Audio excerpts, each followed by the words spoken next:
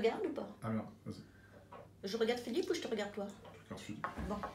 Bonjour Dominique Garcia. Bonjour. Merci d'avoir accepté notre invitation. Dominique Garcia, vous êtes la chef de file de la liste La Gauche à Châteaudun pour une ville populaire, sociale et solidaire. Vous êtes âgé de 67 ans et retraité de l'éducation nationale.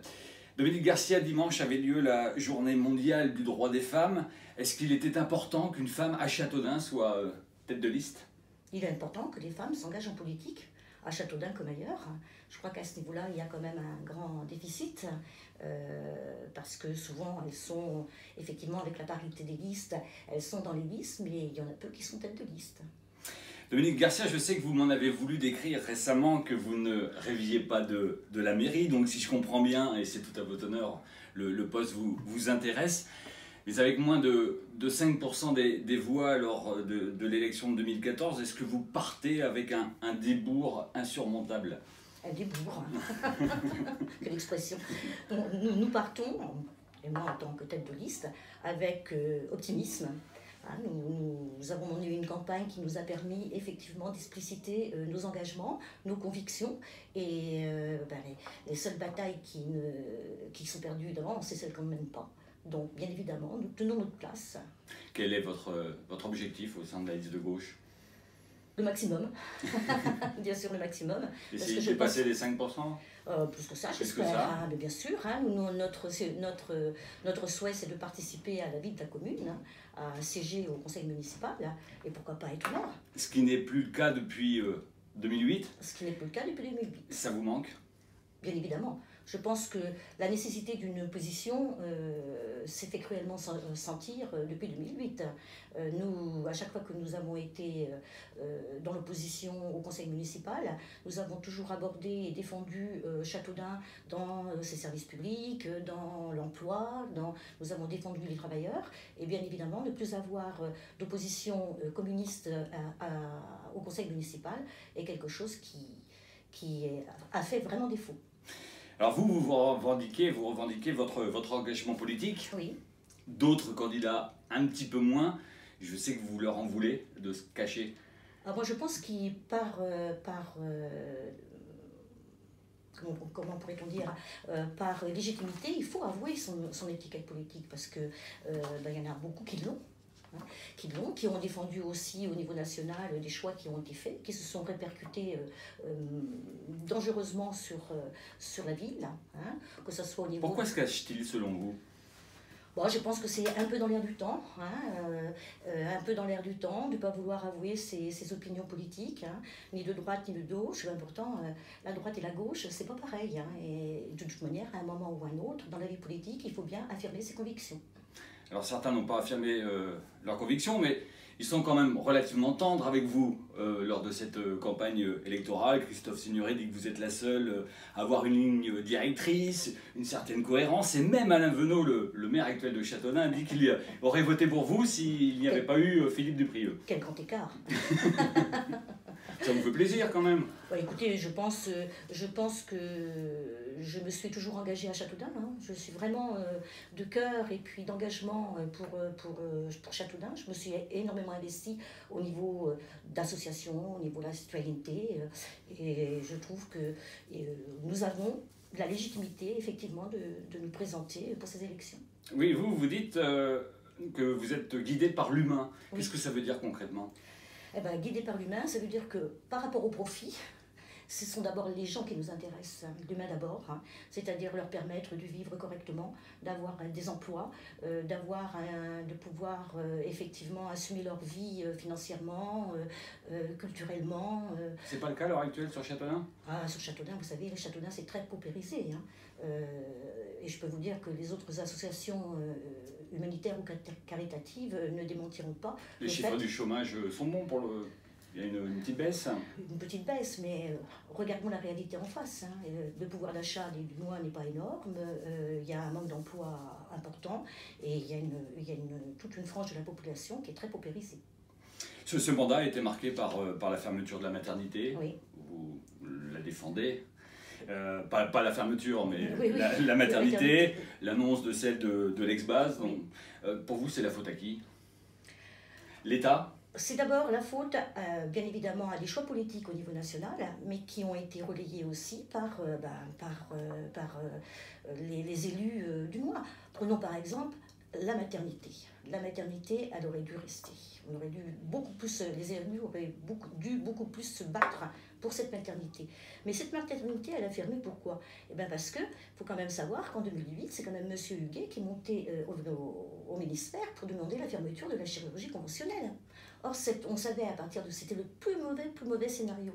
On savait à partir de ce moment-là que l'hôpital allait être fragilisé. Donc, le choix qui a été fait par M. Huguet à l'époque, qui est maintenant le binôme de M. Verdier, qui soi-disant défend l'hôpital, est quand même lourd de conséquences.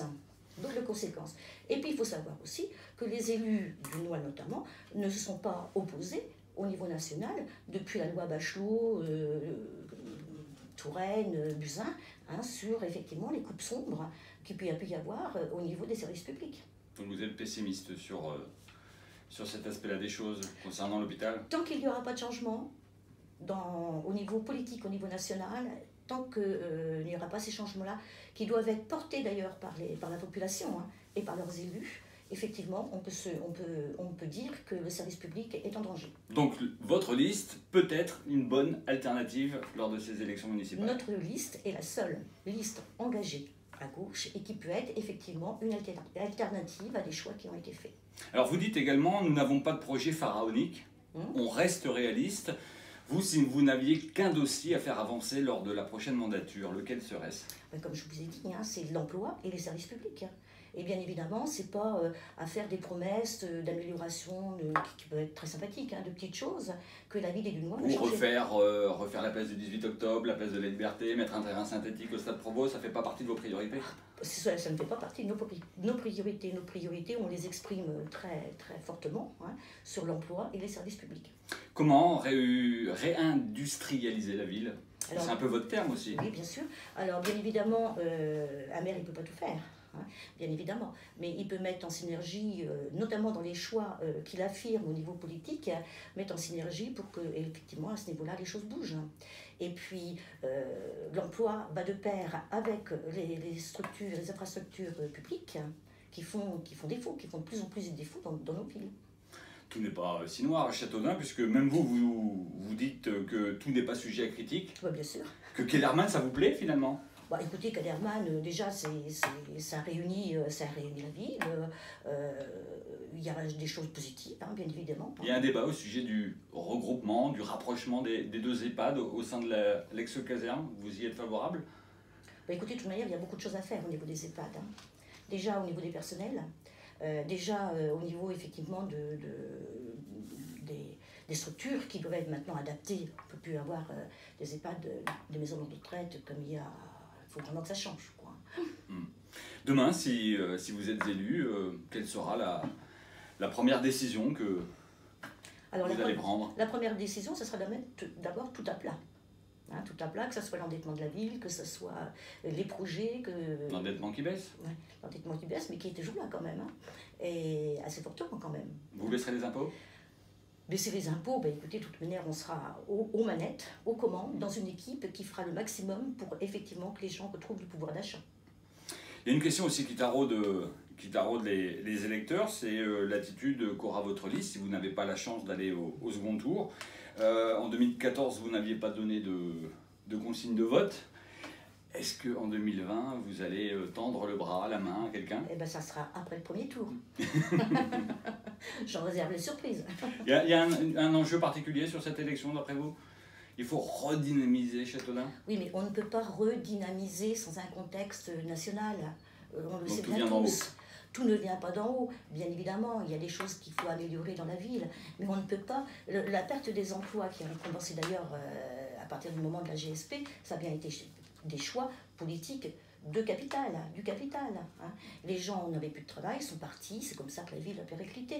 Donc effectivement, nous, on ne peut pas se limiter à des aménagements locaux sans prendre vraiment l'analyse, de faire l'analyse de la situation de la ville.